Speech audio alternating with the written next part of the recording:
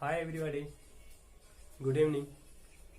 आज हम केमिस्ट्री में सेकेंड क्लास में जानते हैं उसके आगे। पहले तो जाने तो फिजिकल प्रॉपर्टी के बारे में, आज जानते हैं केमिकल प्रॉपर्टी के बारे में। तो बताया नहीं केमिकल प्रॉपर्टी क्या होता है। कोई भी पदार्थ का हो ऐसा गुण जो उसके अंदर उपस्थित हो, उसे क्या कहेंगे? Chemical property. और उसको केमिकल प्रॉपर्टी के आधार पर पदार्थों को तीन भागों में बांटा गया है। कौन कौन? तत्व, यौगिक और मिश्रण। तत्व, यौगिक और मिश्रण, एलिमेंट, कंपाउंड और मिक्सचर। तीन प्रकार में बांटा गया है, तीन टाइप में, और तीनों में अलग अलग है। तत्व को दो भागों में बांटा गया है, धातु और अधातु। यौगिक को भी दो भागों में बांटा गया है, कार्बनिक यौगिक और अकार्बनिक यौगिक। और मिश्रण को भी क्या दो भागों में बांटा गया है, समांग मिश्रण और विषमांग मिश्रण। अब सबके बारे में जानते हैं। सबसे पहले जानते हैं कि तत्व किसे कहते हैं। तत्व क्या है? एलिमेंट। एलिमेंट कहते हैं कि इसको क्या होता है, तो कोई भी पदार्थ का हुआ सबसे शुद्ध रूप, जो स्वतंत्र अवस्था में कोई पदार्थ सबसे शुद्ध रूप को ही क्या कहते हैं? तत्व कहते हैं। कोई भी पदार्थ का सबसे शुद्ध रूप को ही क्या कहेंगे? तत्व। इसका एग्जाम्पल क्या क्या है? इसका एग्जाम्पल दे सकते हैं हाइड्रोजन, हीलियम, लोहा, कॉपर, चांदी, ईटीसी। ये सब जो भी है, जो सब क्या है? तत्व है। और ये सब क्या है? सब पदार्थ का सबसे शुद्ध रूप है। और इसका एक गुण ये भी होता है कि यह जितना भी तत्व होता है जो एक ही तरह के परमाणु से मिलकर बने होते हैं, जितना भी तत्व होता है जो एक ही तरह के परमाणुओं से मिलकर बने होते हैं। और उसके बाद फिर जानते हैं तत्व को दो भागों में बांटा गया। कौन कौन? धातु और अधातु। तो धातु किसे कहेंगे? धातु, मेटल। मेटल कहेंगे किसको? वो ऐसा तत्व जो विद्युतधारा को क्या करे, आसानी से जाने दे, या फिर जो ऊष्मा को आसानी से जाने दे, उसे क्या कहेंगे? धातु। या फिर जिसके अंतिम कक्षा में जो नष्ट ऑर्बिट होता है उसमें एक, दो या फिर तीन इलेक्ट्रॉन हो, एक, दो या तीन इलेक्ट्रॉन हो, तो उसे क्या कहेंगे? धातु। जिसके अंतिम कक्षा में एक, दो या फिर तीन इलेक्ट्रॉन हो तो वह क्या कहलाता है? धातु। आगे है फिर क्या? अधातु। तो अधातु किसे कहेंगे? तत्व का वह रूप जो विद्युतधारा को प्रवाह ना होने दे, या फिर जिससे ऊष्मा प्रवाह ना हो सके, या फिर जिसमें फ्री इलेक्ट्रॉन ना पाया जाए, या फिर और क्या कर सकते हैं, जिसके अंतिम कक्षा में लास्ट ऑर्बिट में क्या हो, 5, 6 या फिर 7 इलेक्ट्रॉन उपस्थित हो, उसे क्या कहेंगे? अधातु। आगे जानते हैं यौगिक, कंपाउंड। कंपाउंड किसे कहेंगे? तो दो या दो से अधिक पदार्थों के रासायनिक अभिक्रिया के फलस्वरूप जो बनता है उसे क्या कहेंगे? यौगिक। और जो दो या दो से अधिक पदार्थ जो मिलाएंगे वो एक निश्चित अनुपात में रहेगा। ये नहीं कि एक ज्यादा एक कम, वो इस तरह नहीं होगा। दोनों जब भी रहेगा तो दोनों क्या रहेगा? एक निश्चित अनुपात में रहेगा। तो जो बनेगा जो क्या होगा? यौगिक। तो यौगिक की परिभाषा हम क्या दे सकते हैं?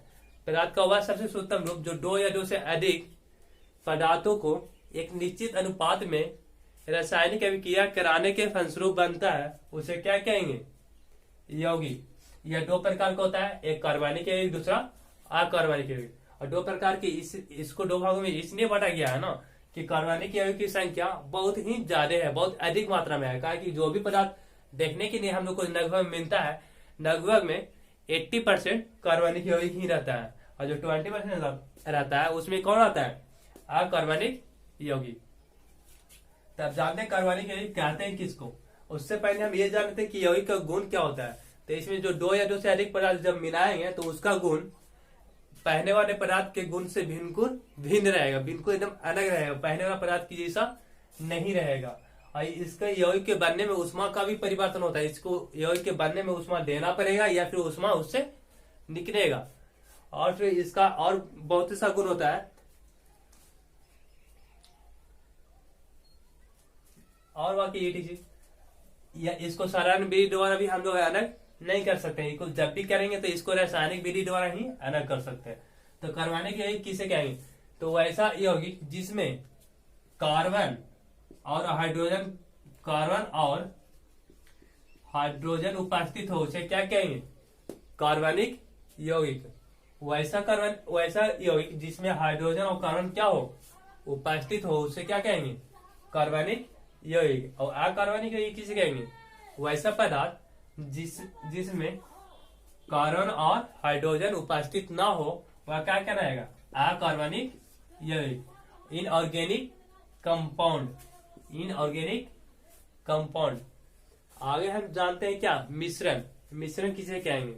हम इसका यौगिक का एग्जाम्पल ले लो कुछ, तो इसका एग्जाम्पल क्या हो जाएगा? NaCN sodium chloride, H2O hydrogen hydroxide अर्थात जल, CO2 carbon dioxide, CO carbon monoxide, etc। ये सब क्या है? यौगिक का एग्जाम्पल है। आगे हम जानते हैं क्या चीज के बारे में? मिश्रण के बारे में। मिश्रण क्या है? तो दो या दो से अधिक पदार्थों को किसी भी अनुपात में मिला देने से जो बनता है वो क्या कहलाता है? मिश्रण। दो या दो से अधिक पदार्थों को किसी भी अनुपात में मिला देने से जो बनता है वो क्या कहलाता है? मिश्रण। इसका एग्जाम्पल हम देना चाहेंगे तो क्या हो जाएगा? दूध और पानी का मिश्रण, बालू और चीनी का मिश्रण, हवा इत्यादि। ये सब जितना भी है ये सब क्या है?